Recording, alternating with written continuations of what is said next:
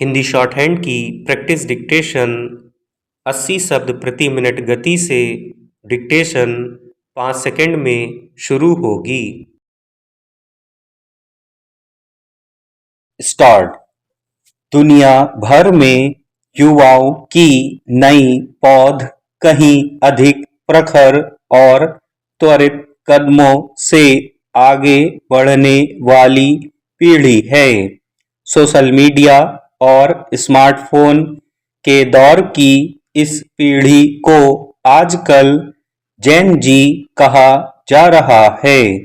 यही वह नई युवा शक्ति है जो अपने अपने देशों में अन्याय और विसंगतियों के विरुद्ध खड़ी हो रही है। कुछ समय पहले पूरी दुनिया ने नेपाल, श्रीलंका और बांग्लादेश में उन प्रदर्शनों को देखा जिनमें हजारों युवा सड़कों पर उतर आए थे।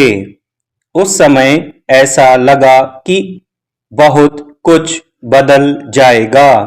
जो विसंगतियां हैं अब वे खत्म होंगी, चाहे वह भ्रष्टाचार हो या नेताओं का परिवारवाद या फिर महंगाई और बेरोजगारी जैसी समस्या।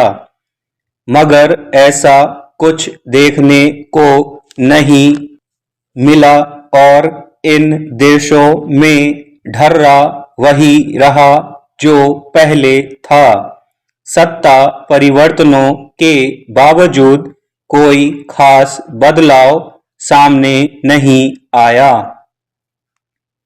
नई युवा शक्ति का असमानता और अन्याय के खिलाफ उठ खड़ा होना उन देशों के लिए असरदार हो सकता है जहां स्थिति सचमुच बेहद खराब है और जहां अर्थव्यवस्था जर्जर हो रही है।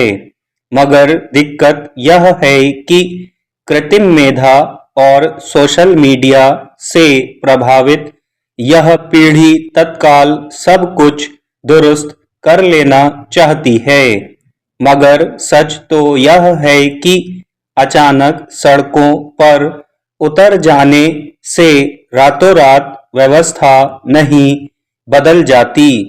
यह पीढ़ी अपनी ताकत का धैर्य और सकारात्मक तरीके से इस्तेमाल करे तो दुनिया में जो बदलाव वे चाहते हैं वह संभव हो सकता है।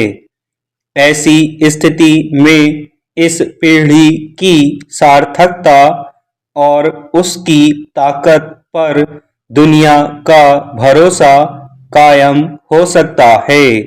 मगर अभी ऐसा हुआ नहीं है। इस समय बड़ी चुनौती यह है कि डिजिटल दुनिया से प्रभावित इस शक्ति को अगर सही दिशा नहीं मिली तो इससे उनका ही नुकसान हो सकता है।